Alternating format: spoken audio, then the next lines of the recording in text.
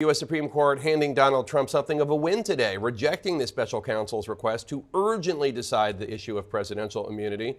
That is, whether Donald Trump has immunity for any alleged crimes he committed while he was president. Joining us now to discuss, conservative attorney George Conway, who we should note for full disclosure reasons is not a particular fan of Donald Trump. No. So what is your reaction to the U.S. Supreme Court decision? Well, I want to issue a correction from your opening and from something he said at the end of the last segment that this was a big win for Donald Trump. I don't think it's a big win. So? I don't think it's a big deal. That's not a correction so much as a disagreement. A disagreement, a friendly disagreement. I think it's not a big deal because I don't think it's going to affect the schedule that much, and I think it actually shows I think it shows the weakness of Donald Trump's immunity claim. And I say that as somebody, as Norm Eisen pointed out in the green room to me, I'm the only person in the universe who ever wrote a brief that won a Supreme Court immunity case for a president, against the president. That was against Bill Clinton, Paula yes. Jones, yeah. And so and I can go through how this works. I mean, we've got the D.C. Circuit which has acted really, really, really fast in prior appeals. They've set this case down for argument on January 9th. I would not be surprised that if we saw a decision from them in a matter of days. Really? And yes, I think if I were on that panel and I were the presiding judge, I'd be writing the opinion now because I just don't think there's anything there to the claims that Trump has been making. I mean, I could go into that, but we don't have time. But so I think this case will be disposed of in the intermediate appellate court by the middle of January, by the third week in January at the latest. And I think at that point, the stay, I mean, if the mandate issues, a technical word, or they could just, the stay will lift and they can immediately start proceeding toward trial in the district court. Now, in March, as soon as March? As soon as March. And what will happen at that point is that the onus will shift to Donald Trump and his lawyers to go to the Supreme Court, go to the Circuit Justice, Justice Roberts, or the entire court and say, stop this train now. So all of a sudden you're going to see reversal and Trump's going to say, you've got to move fast, you've got to move fast. And at that point, the Supreme Court, they could stay the case. They could grant certiorari, but they're going to hear the case pretty quickly too. And even if they heard the case and had an argument in February or March, they could still decide this case by April or May or even June, and this case could still get tried in the summer.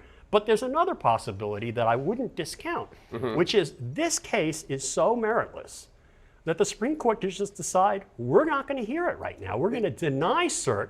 And I know, Jack meritless Smith, because your argument is there's no way that what he was doing in trying to overturn the election was in the course of the presidential duties. And there's the cases he relies on are civil cases, and that just does not carry on over to immunize a president from committing crimes against the very country that he's sworn to uphold the laws of. But to go back to the point is they could easily just decide, oh well, he got his crack in the Court of Appeals.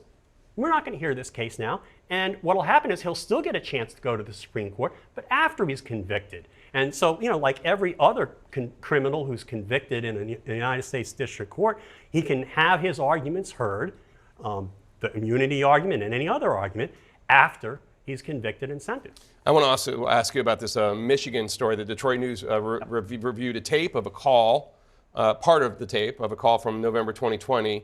Trump and Ronna McDaniel from the RNC were allegedly, according to this reporter who heard part of the tape, pressuring local officials to not sign the certification of the Wayne County vote. Wayne County, the biggest, most populous county in Michigan. It's where Detroit is. Trump reportedly said on this call, quote, "We've got to fight for our country. We can't let these people take our country away from us." And the two Wayne County canvassers went back, and even though they had voted to certify the election, they said, we're not going to sign the certification.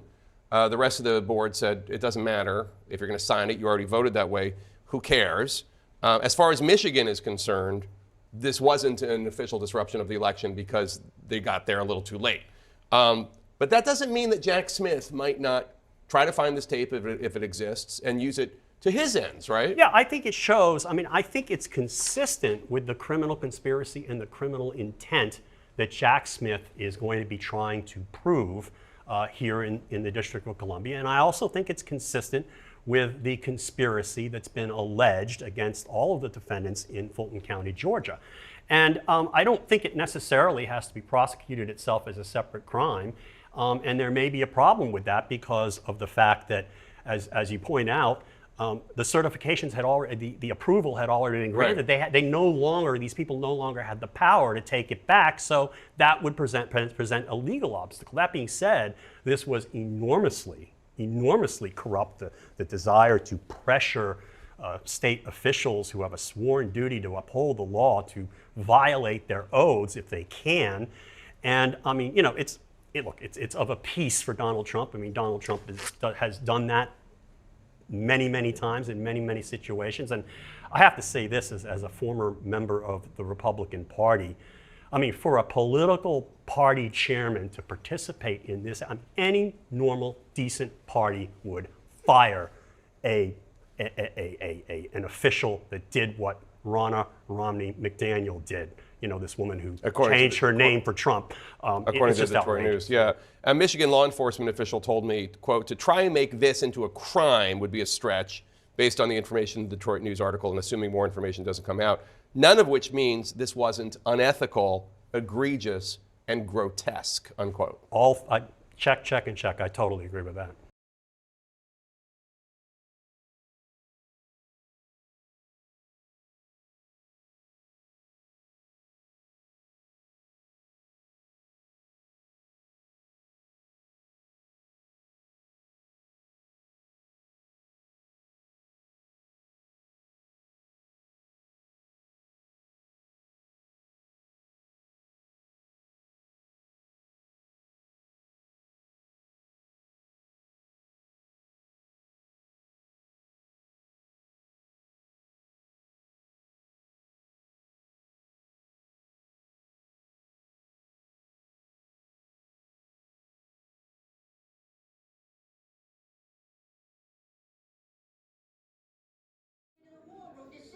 So I had to hack my way onto this frequency. This better be critical, Wheelie. Sir, come on, what is it not, please?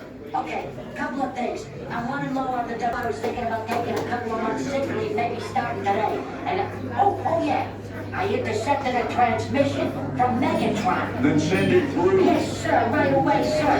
And so I was so dang weird, caught on the other stuff. This is your last warning, insects. Relinquish what remains of the Allspark. So who's the insect? You? What? Who's the insect? Protect you. They were defeated on our world, and we will defeat them here. Megatron. This was just a diversion. Security, please bring up. Rabbit, she's already inside. Deeds! Give me an update on that reserve. Boss readiness. What was his name? What was it? Evac, sir. Right, evac.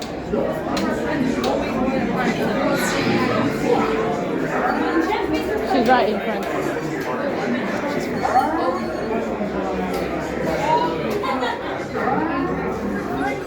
We're facing a heavy sustained attack. They appear to be after the Allspark. General, General! You need to evac immediately. Evac everything. Hold on. National security advisory. Stay down. Check it out.